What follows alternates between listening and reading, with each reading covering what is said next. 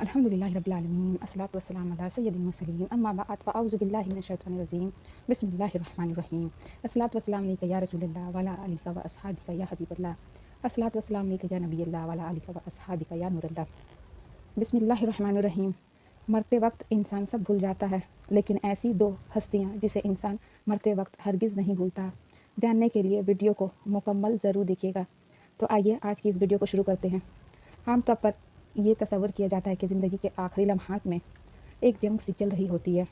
انتقال کرنے والے شخص کا چہرہ دیکھ کر یوں لگتا ہے جیسے وہ سو رہا ہو۔ چہرے پر بہت عام تاثرات ہوتے ہیں۔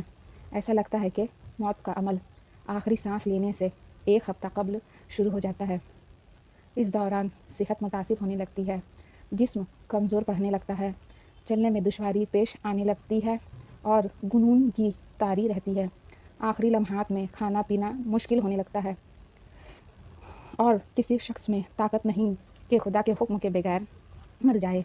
اس نے موت کا وقت مقرر کر لکھ رکھا ہے، اور جو شخص دنیا میں اپنے اعمال کا بدلہ چاہے اس کو ہم یہی بدلہ دے دیں گے، اور جو آخرت میں طالب ثواب ہو اس کو وہاں اجر عطا کریں گے، اور ہم شکر گزاروں کو عن قریب بہت اچھا صلہ دیں گے۔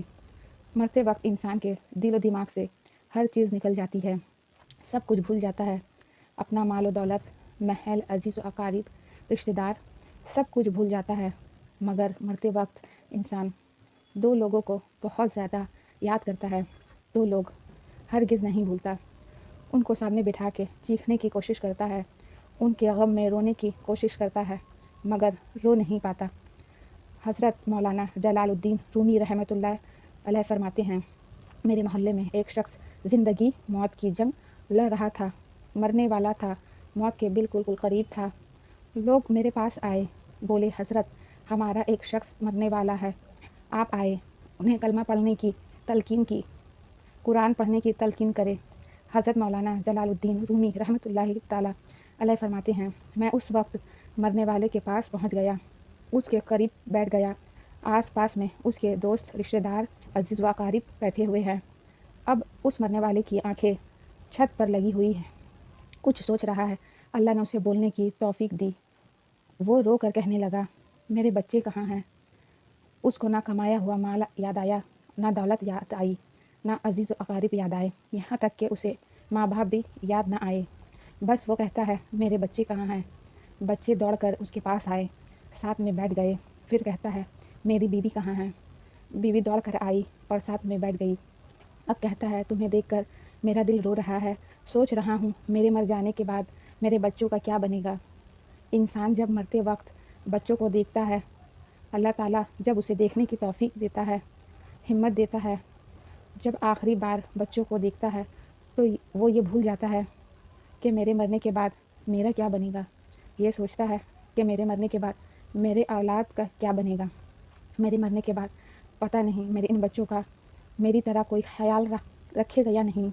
اس کے آنکھیں رو رہی ہے۔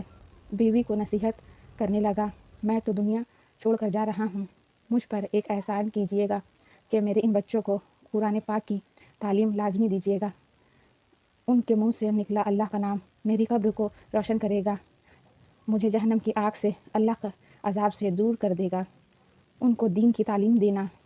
ایک واقعہ ملاحظہ فرمائیں۔ حضرت سیدنا موسیٰ علیہ السلام کا ایک قبرستان سے گزر ہوا۔ آپ علیہ السلام نے دیکھا قبرستان کی ایک قبر کے اندر مردے کو دردناک عذاب دیا جا رہا ہے۔ مردہ عذاب میں مبتلا ہے۔ آپ اللہ تعالیٰ کے بارگاہ میں دعا کرتے ہیں، مردہ عذاب میں مبتلا ہے، اس کی قبر میں جہنم کے گھڑے میں سے گڑھا بن گئی ہوئی ہے، مردہ عذاب میں مبتلا ہے، چیخ و پکار کر رہا ہے۔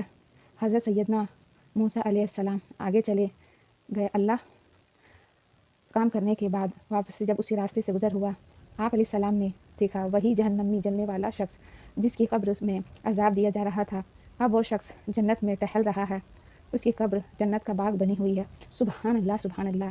آپ علیہ السلام نے دونوں ہاتھ اٹھائے، عرض کی، میرے مالک، تھوڑی دیر پہلے میں یہاں سے گزر رہا تھا، یہی قبر جہنم کے گھڑوں میں سے گڑھا بنی ہوئی تھی، تھوڑی دیر کے بعد یہ جنت کے باغوں میں سے ایک باغ کیسے بن گئی؟